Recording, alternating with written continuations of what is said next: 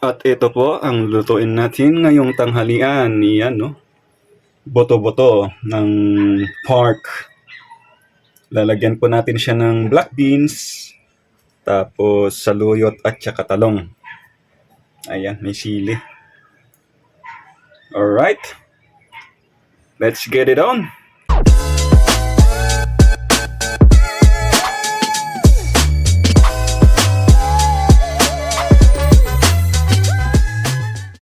At yan nga po, habang piniprepare natin ang ating gulay, tayo na po'y magpapakulo ng tubig para madali pong lumambot ang ating mga buto-buto. Ilagay na rin po natin ang ating mga ricados at iba pang pampabango. Yan, oh, luya. Isang buong isang buong sibuyas, tamtaman ng alak tapos mga bawang. Yan. Lagyan na rin po natin siya ng asin. Yan, konti lang po. Alright.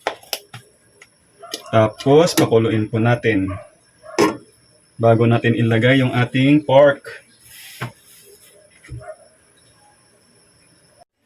At yan po. Ito.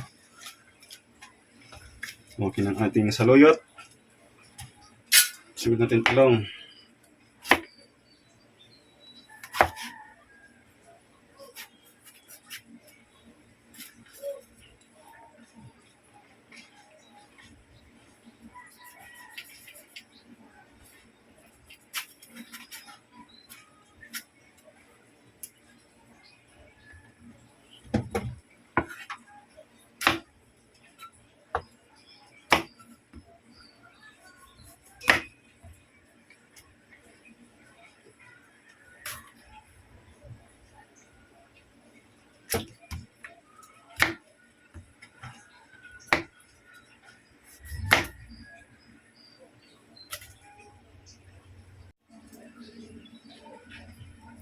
At yan, may mga part po siya na sira. Ito po yung iniiwasan natin. Yun lang naman. Okay na rin ang talong. Alright. And here, kumukulo na siya. So, ilagay na po natin ang ating buto-buto. Iyan, oh. Sarap. Alright. Iyan po, ang buto-buto ng ating baboy. Yan. Ang tawag po sa part na yan sa amin ay kukod. Yan, kukod yan sa Ilocano. Hindi ko lang alam kung ano sa lugar nyo ang tawag dyan sa part na yan. Yung paa ng baboy. Kukod ang tawag na sa amin. Ilagay na rin po natin ang ating black beans. Ito. Nalamas na po natin ito sa asin. At kaninang umaga pa po natin to binabad para madali pong lumambot.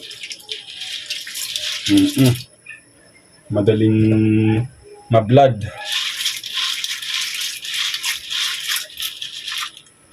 Lagay na rin po natin para sabay sila ng pork na lumambot.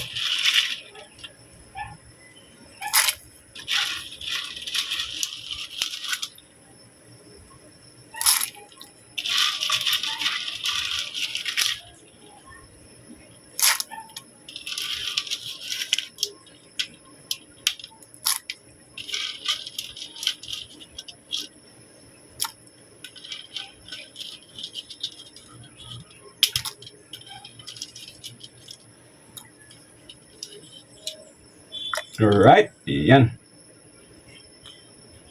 Hintayin na po natin kumulo yan. At lumambot hanggang sa matyanan. Mabawasan po ng tubig.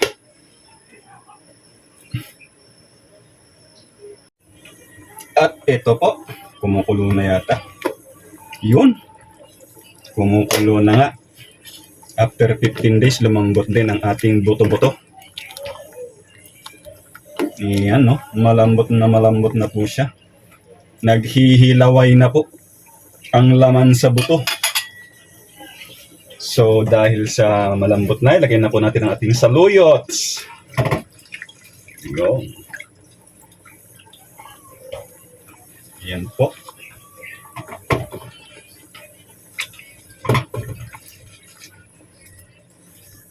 Saluyot.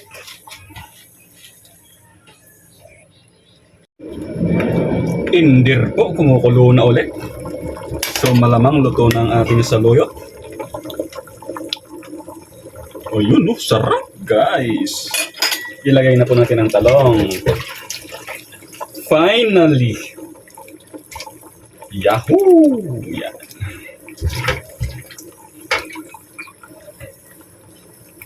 Buto-buto with buto ng sitaw na black. Yan. Buto-buto with black beans. Alright. And there it is. Lutuin lang po natin ang talong at tayo'y kakain na. And there we are. Malamang luto na ang talong. Luto na nga po. Sakto lang po yung ganitong pagkakaluto ng ating talong. Sinaan na po natin. Wow, sarap guys. Alright. Luto na po ang ating ulam. Tayo'y manananghalian na. Patakan na po natin ang tak, tak, tak.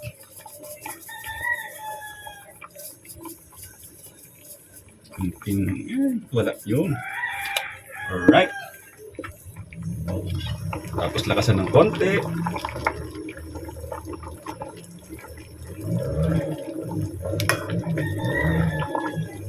Mikos-mikos ng konti.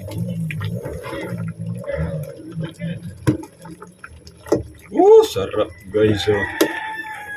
My goodness. Mapaparami na naman ang kain ni Tetch. Tikini.